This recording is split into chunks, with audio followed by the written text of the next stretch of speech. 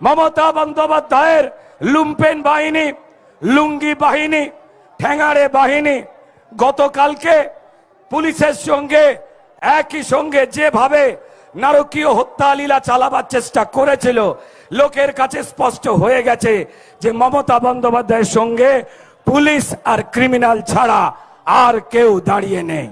মমতা বন্দ্যোপাধ্যায়ের সঙ্গে মিথ্যে ছাড়া আর কোনো শক্তি নেই। মমতা বন্দ্যোপাধ্যায়ের সঙ্গে জল কামান, টিয়ার গ্যাস, দালাল পুলিশ ছাড়া পশ্চিমবঙ্গের আর একটা মানুষেরও সমর্থন নেই। তাই মমতা বন্দ্যোপাধ্যায় অনেকদিন মেঘের আড়ালে থাকবার পর কালকে টুকি আওয়াজ দিয়ে মঞ্চে অবতীর্ণ হয়েছেন। মঞ্চে অবতীর্ণ হয়ে এই টেনশনে বিদায় লগ্নে তার মাথা বোধহয় গন্ডগোল হয়ে গেছে। তিনি মঞ্চে দাঁড়িয়ে তিনি বলেছেন তিনি নাকি ত্রিপুরা, আসাম, উত্তরপ্রদেশ বিভিন্ন রাজ্য নাকি জ্বালিয়ে দেবে।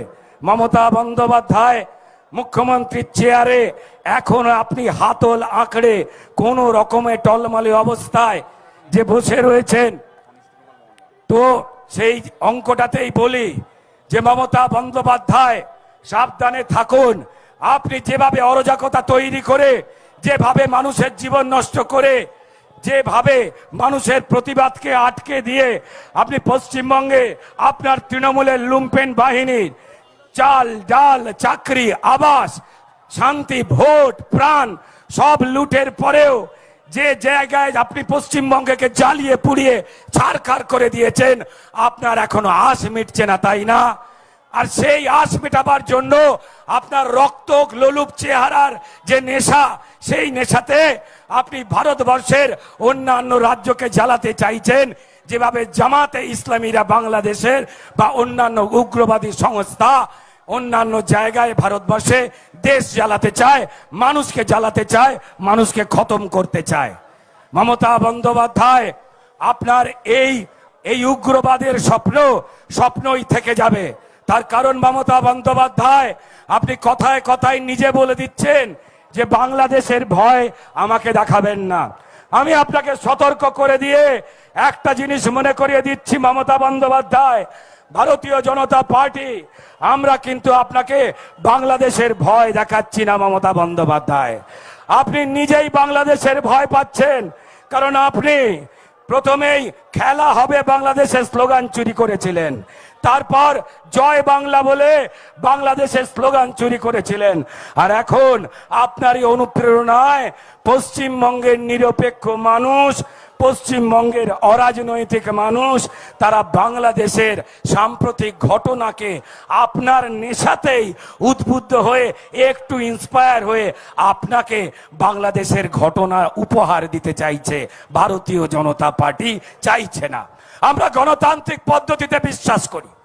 আমরা বিশ্বাস করি 2021-এ আপনার পরাজয় হয়ে গিয়েছিল, ভোটে কারচুপি, আমাদের হাজার হাজার কর্মীকে মারা, খুন করা পুলিশের সাহায্য নিয়ে। আমরা যে কথা বলতাম যে পশ্চিমবঙ্গে গণতন্ত্র নেই, আমরা যে কথা বলতাম পশ্চিমবঙ্গে মানুষের কোনো অধিকার নেই, আমাদের এই কথায় আমাদের 250-র উপরে কার্যকর্তাকে আপনারা খুন করেছেন, এবং আরজি করের ওই ডাক্তার বোনটার মতো ইউডি অর্থাৎ আনন্যাচারাল ডেথ অর্থাৎ অস্বাভাবিক মৃত্যুর তকমা দিয়েছেন। ঠিক যেভাবে আমাদের 250 জন কার্যকর্তা ভাই দাদা তারা প্রাণ দিয়েছিল, ঘর দিয়েছিল, জীবিকা দিয়েছিল, সেদিন আমরা এই লড়াই আমাদের জন্য লড়িনি, আমরা পশ্চিমবঙ্গের মানুষের জন্য লড়াই লড়েছিলাম। আমরা পশ্চিমবঙ্গের মানুষের হয়ে কথা বলছিলাম। আমরা বলছিলাম কিভাবে পশ্চিমবঙ্গকে অর্থনৈতিকভাবে, শিল্প, বাণিজ্য, রোজগার সব দিক থেকে আপনি শেষ করে দিয়েছেন, আর আপনাকে কেন্দ্রীয় অনুদানে বেঁচে থাকতে হয়।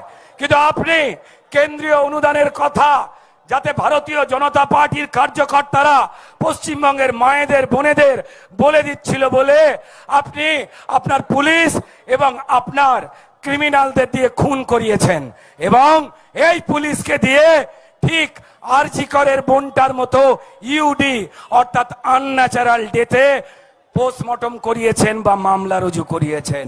মাননীয় মুখ্যমন্ত্রী, পশ্চিমবঙ্গের মানুষ একটা ঘটনাও ভোলেনি। মাননীয়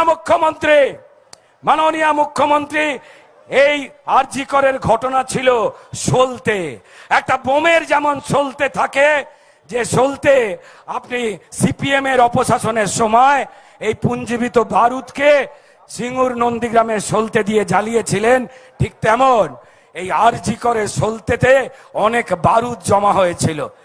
আমরা কেউ ভুলিনি কয়েকদিন আগে ঘটে যাওয়া হাঁসখালির বোনটার কথা। সেই দিন আপনি কি বলেছিলেন সরকারি মঞ্চে দাঁড়িয়ে?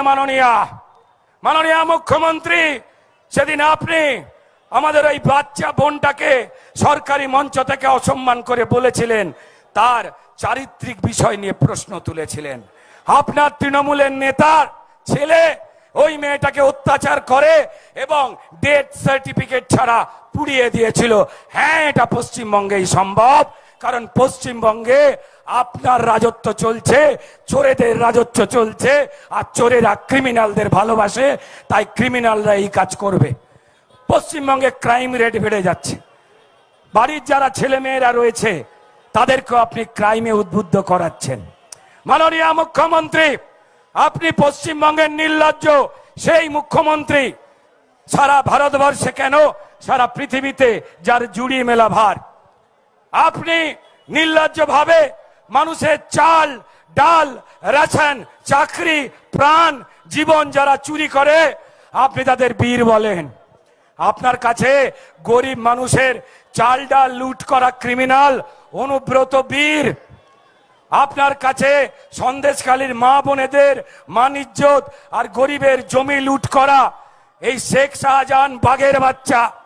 আপনার কাছে বোমবাদা ক্রিমিনাল শওকত মোল্লা বাঘের বাচ্চা। একের পর এক ক্রিমিনালকে আপনি বীর বলেছেন।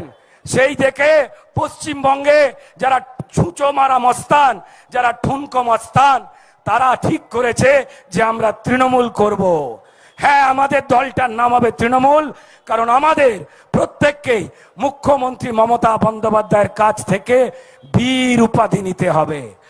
মমতা বন্দ্যোপাধ্যায়, আপনি সোনার বাংলাকে ঘষতে ঘষতে ঘষতে ঘষতে প্রথমে রূপোর বাংলা, তারপর পিতলের বাংলা, তারপর অ্যালুমিনিয়ামের বাংলা, তারপর এখন ঘষতে ঘষতে সেপটিকের বাংলা বানিয়ে দিয়েছেন।